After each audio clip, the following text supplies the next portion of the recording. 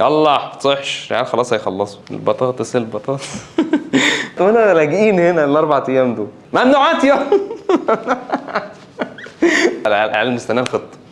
يلا بسرعه عشان ما نطولش ونطول ما نكترش ونكتر، نخش في الخطه على طول. ايوه انا حبيت اعملها لك على طول في جدول كده على السخان الاربع ايام بتوعك، معاك اليوم الاول الثاني الثالث الرابع. بسم الله الرحمن الرحيم. عندك المواعيد هتتقسم كالاتي. بص يا جماعه، حط عندك مبادئ واسس في حياتك، كذلك حط مبادئ واسس في مواعيدك. مفيش حاجه اسمها انا يومي من اوله لاخره مطرشم، مفيش حاجه اسمها كده. انا عندي اليوم بيبدا من 5 الفجر وبينتهي 11 بالليل. عندي دلوقتي من 5 الفجر ل 6 الصبح انا بعمل ايه؟ ثبته عندك ال5 الصبح، من 5 ل 6 الصبح انا بفوق وبروق وبعمل ايه؟ بتصحى صلي الفجر، بتعمل مديتيشن، بتبدا تفصل دماغك، بتبدا تجهز لليوم الجديد. فما تبداش مبوز، لازم تبدا ان خلاص خد الجانب الايجابي يا شجره الدر، من انك خلاص فاضل لك ايه؟ كلها ساعات وهتنتهي من اكتر سنه كابوس في حياتك وهي سنه ثانويه عامه. خد الجانب المشرق في الموضوع، نص الكوبايه الفضي خلاص، الامتحانات اللي فاتت خلصت وكآبه بقى، لا ما ببصش للفاضي، بص للمليان وتدق. فانت اول من 5 الفجر لحد 6 الصبح هتقوم تعمل ايه؟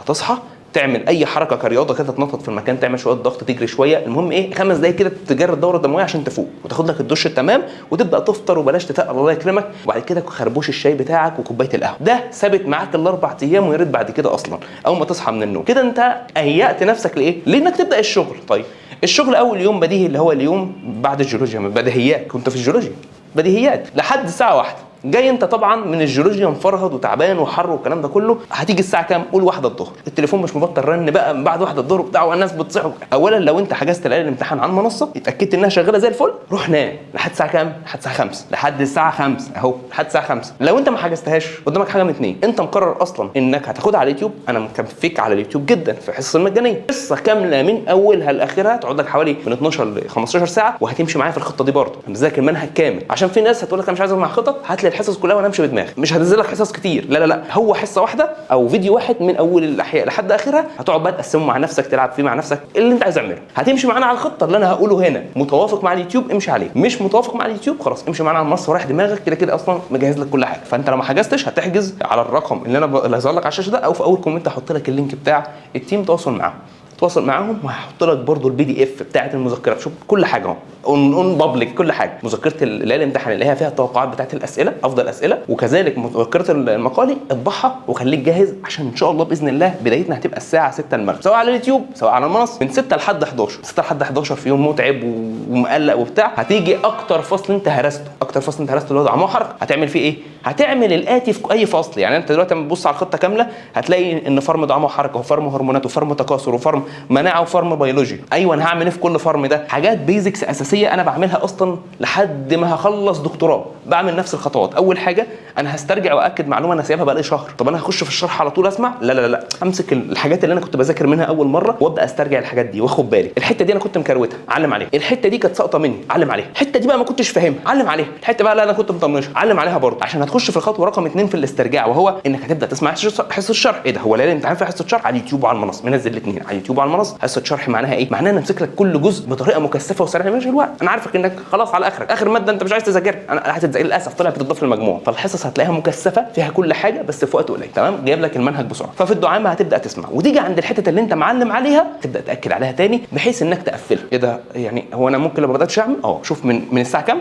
انا قايل لك من 6 ل 11، يعني حوالي 5 ساعات دعامه وحركه، ده كتير عليهم جدا كمان. طيب انا دلوقتي استرجعت واعمل، عايز تطبيق بقى، عايز الحل. عشان كده المنصه بتفرق في النقطه دي. الحل هيتقسم 3 خطوات. الخطوه الاولى وهو حل المسائل اللي انت غلطت فيها طول السنه، المسائل او الاسئله يعني عامه. انا دلوقتي هعرفهم ازاي يا جماعه؟ انت حليت كتاب مثلا زي كتاب سين، كتاب سين ده هتجيبه وتفر فيه، عينك هتاخد بالك من الاسئله اللي انت كنت بتشخبط فيها، او الاسئله اللي انت عملت عليها اكسات، او الاسئله اللي كنت معلم عليها بالاصفر زي ما كنت بقول لك من اول السنه. عرفت فكره ايه؟ انا ماشي معاك طول السنه عشان النقط دي. فاذا انت عينيك وانت بتفر بسرعه كده على اي سؤال انت حليته في دعامه وحركه، سواء انت عرفت تحله او ما تحلوش، ده عرفت تحله يبقى مش تغلط فيه تاني، ده ما عرفتش تحله في اول السنه يبقى انت هتعيد على ده وتحله تاني. غلطت فيه علم عليه، ليه؟ عشان هتراجع عليه تاني. ما غلطتش فيه عديه، خلاص انت كده جبت الفكره من اول مره خلاص. يبقى دي بالنسبه اللي انت هتعمل مجهود ازاي. تاني حاجه هتبدا تفتح مذكره ليالي الامتحان اللي انت خدتها، ولا هتنزل لك PDF برضه على المنصه. المذكره دي يا حبيب قلبي انت وهو هتبدا تحلها اولا، بعد كده تسمع فيديو الحل. ليه؟ انت بتحل الاسئله حلته صح زي الفل. طب الفكره اللي انا اقصدها بيها، الفكره دي انت حليتها. طب الفكره الثانيه اللي احنا بنطلعها في الشرح، في شرح السؤال نفسه واحنا بنحل في الفيديو، في فكره ثانيه اقصدها وثالثه ورابعه بطلعها من سؤال واحد. فبعد ما تحل ال 300 400 سؤال بعدهم انت هتبدا تستخلص فكرتين وثلاثه واربعه من الفيديو. انا بوجهك وبفتح دماغك على حاجات ثانيه في الفيديو. يبقى انت لازم مهم جدا تحل الاول وبعد كده تسمع فيديو الحل. تحل عشان تتاكد من حلك، وتسمع الفيديو كمان علشان تبدا برافو عليك تطلع فكرتين وثلاثه من الحصه من الفيديو الحل. طيب ده بالنسبه لمذكره الايه الMCQ. طب في مذكره مقالي مخصوصه،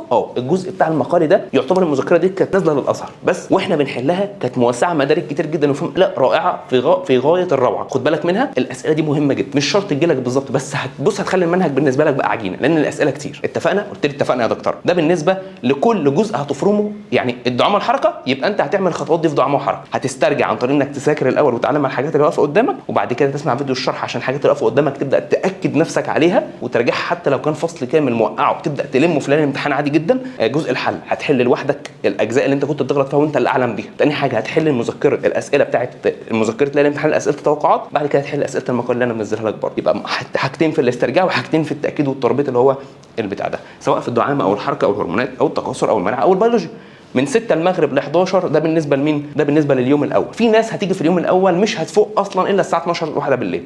لا يا حبيبي، احنا عندنا مبادئ واسس. زي ما عندك ساعه الصبح من 5 ل 6 انت بتعمل فيها تهيئه ليومك، تبدا بها يومك بالعبادات والصلاه وتبدا تقرا الذكر بتاعك والقران بتاعك. في نفس ذات الوقت انا عندي مقدس من الساعه 11 لحد الساعه 5 الفجر، انا لازم انام في الوقت ده. بص، من الاول يوم لحد اخر يوم وتكمل بيه في الاجازه لازم الايام دي انامها لحد وليحترق الجميع. اهم حاجه نومي، اهم حاجه اعمل ريسايكليشن للاستايل كولين بتاعي، ابدا دماغي تبدا تتنشط. زي ما جسمي باخد منه لازم تديله ايه؟ الراحه الفصلان. يعني ما ينفعش اقول لك من اول اليوم لحد اخر اليوم يلا تمسك لي هرمونات وتكاثر ومناعه، انت ساب البتاع بقالك شهر، غصب عنك هتاثر. فانا دلوقتي بهيئ نفسي في بدايه اليوم، وبعد كده في اليوم الثاني اهو اخش فرم الهرمونات، اعمل نفس خطوات الفرم بتاعت الدعامه والحركه من 6 لحد 11 الظهر. بعد كده من 11 لواحده دول ساعتين فراغ. الساعتين دول في ناس هيخلصوا قبل 11 وفي ناس لسه مش هيكونوا خلصوا. فلو انت ما كنتش خلصت عادي يا اسد يا ابني، كمل والله مالكش دعوه بحد. اللي هيقول لك انت مش هتقدر تلم في ليله، انت حسابك كده من الهبل ده. لو انت ما بتعرفش فصل الهرمونات تقدر تلمه في ال6 ساعات دول. فانت لو جت الساعه 11 وانت ما قدرتش تخلص ما تكتئبش. في ناس عادي بطيئه بالفطره عادي جدا في المذاكره، كمل لحد ما تخلص. معاك ساعتين فراغ، انا بقول لك فراغ. طب لو انت خلصت وقت الراحه، ادي في جسمك راحه. انت ضغطت على نفسك في الهرمونات في الفصل، عصرت الهرمونات، استجبت للفصل كامل، خد لك فاصل تمام وتغدى كويس وبلاش تتقل. واهم حته في الفواصل دي هو قيلوله نص ساعه يا معلم. دي كانت سنه على الرسول صلى الله عليه وسلم، قبل الظهر او بعد الظهر بحاجه بنص ساعه كده ابدا نام. طب بما انك اصلا الظهر بيدنا واحده فخلاص انت هتبقى نص ساعه قبل الظهر وتصحى تصلي، تخربوش الشاي او كربوش القهوه بتاعك وبتبدا تجهز نفسك للمعجنه. انا عامل دايما المعجنه الجزء الثقيل بعد الساعه كام؟ بعد الساعه 1. عندك من 1 لحد الساعه 6 المغرب هتمسك لي فرم التكاثر في اليوم الثاني. فرمنا التكاثر لحد الساعه 6، افصل الساعه بتاعتك طب انت لو ما خلصتش كمل عادي وما يهمكش، زي ما كملت هنا هتكمل هنا برضه. وخد بالك الفصل ده كبير، يعني في ناس ممكن تعدوا 5 و6 و7 و8 ساعات كمان عادي. انا كده مديك لحد الساعه كام؟ لحد الساعه 11. من 6 ل 11، فانت عندك من 6 ل 11 في 5 ساعات. لو ما كنتش خلصت ابدا كمل عادي جدا في ال5 ساعات دول. طيب لو خلصت تمام خد الراحه والفاصل ما تكملش ساعه. طب هترجع تعمل ايه بقى؟ هتجهز نفسك للمعجنه اللي عليها الدور. المعجنه ما انت المعجنه اللي بعدها في اليوم اللي بعده. اقول له ايوه حاضر، بس انت خد بالك انا عاوزك تراجع مره واثنين وثلاثه. راجعت واكدت، ده راجعت واكدت ورجعت واكدت. عاوزك بقى معلش سريعه، مراجعه سريعه على الاسئله اللي كنت غلطت فيها وعلى المنهج الجزء من اول لحد ما انت واقف تاني. خلصت اليوم الثاني خش على اليوم الثالث يا حبيب قلبي. هتعمل نفس الحاجه، تصحى من 5 برافو عليك من 5 ل 6 الصبح، تفرم المناعه نفس الفرم، تاخد لك ساعتين لحد الساعه من 11 ل 12. طب لو ما كنتش خلصت هتكمل عادي جدا نفس الخطوات اللي عملتها في التكاثر هتعملها في البيولوجي. خد بالك البيولوجيا تقيله وكبيره وانا مظبطها لكم وعاملينها بطريقه حلوه قوي على المنصه او حتى على اليوتيوب. الاثنين يعتبر الجزء بتاع الشرح ده يعتبر واحد. حلو، قلت لي حلو يا دكتور. معاك ال5 ساعات بقى نفس اللي حصل هنا هتعمله هنا، بس هنا انت جبت المنهج من اوله لحد التكاثر. هنا بقى هتجيب بسرعه المنهج من اوله لحد التكاثر، جبته لحد البيولوجيا، مبروك انت كده خلصت المنهج. بس كل جزء لوحده. حان وقت ايه؟ النوم، لان الساعه بقت 11. من 11 ل 5 الفجر هتصحى اليوم اللي بعده من 5 الفجر لحد الساعه 6. تهيئ نفسك لايه بقى؟ تهيئ نفسك لفرم المنهج كاملا. اللي عملته قبل ما تنام هتعمله بعد ما تصحى. حان وقت تربيه المعلومات. يوم من اوله لحد اخره امتحانات شامله. اليوم ده غالبا هتبقى اكتر يوم متوتر فيه، لان خلاص الاحياء وفي نفس الوقت اكتر يوم مش طايق تمسك فيه الكتاب. اليوم ده ضيعه في ايه؟ في حل شوامل. ركز، اعمل نفسك جو الامتحان، والفيديو اللي كنت منزله لك على اليوتيوب اللي هو هيئ نفسك لجو الامتحان هتبدا تعمله في الوقت ده. حل شامل من الساعه 1 لحد، او من الساعه 1 ايه، انت هتحل هتحل المنهج كامل او تراجع المنهج كامل لحد الساعه 11. من 11 ل 12 هتعمل القيلوله والكلام اللي انا قلت لك عليه. بعد 11 يا دوبك فواصلك هو صلاه غدا خربوش الشاي. هتحل الامتحانات الشامله اللي هنحلها سوا في ليله الامتحان باذن الله تعالى. اخر يوم قبل اليوم الخامس هتعمل ايه؟ هتمسك كل امتحان شامل هتحله، وزي ما عملنا في الحل بتسمع على المنصه تفسير الحل والافكار اللي بتطلع من كل سؤال، واقول لك ده قصده ايه وده مش قصده ايه، وخد بالك لا يلعب لك في كذا، خد بالك لو جاب لك السؤال بطريقه كذا. دي لازم تاخد بالك منها في حل الامتحانات الشامله بالذات، لان اسئله الوزاره تقريبا اللي بيحطها بنفس الفكر، يا دوبك بيغير في حاجات. احنا بنفهم اللي بيحط الامتحان بيحطه ازاي. ممكن تكون كلمه اتقالت هتخش امتحان بدماغ دكتور عبد الوهاب دي كلمه، بس فعلا انا عرفتك انا لو دكتور عبد الوهاب هو داخل الامتحان هيفكر ازاي وهيمشي ازاي بترتيب يومي. انا منظم يومي في دماغي كده، بعمل فواصل ازاي، بدي يومي او بدي حاجتي او جسمي بديله حقه في الفواصل، مش بتمرقع، انا بديله حقه. بس عشان زي ما بديله حقه بالفواصل بالساعات دي بديله حقه برضه في المذاكره في الساعات دي. بس تقنيس قوي وبنام كويس، هدي كويس، مفيش فواصل، مش هقوم الاربع 5 ساعات اللي انا قاعدهم هنا مش هقومهم. تيجي بقى لاخر يوم خالص وهو يوم العمليه، يوم الخامس، هتنام برضه من الساعه 5 لحد الفجر. هتصحى الفجر هتعمل المديتيشن بتاعك وتفوق وتجهز نفسك من الساعه 6، من 6 ل 8 او 8 ونص على حسب ميعاد اللجنه، الساعه 10 او 9. قبل اللجنه الفتره دي هتمسك المنهج كاملا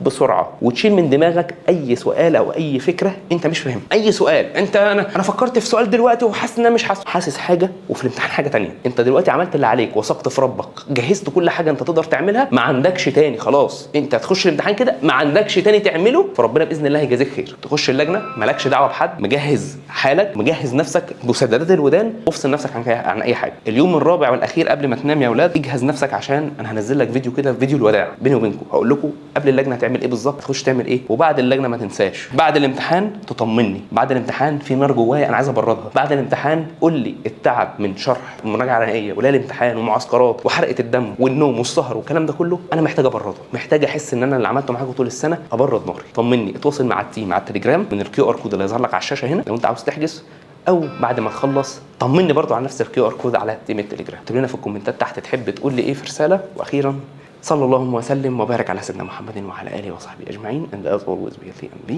safe. السلام عليكم.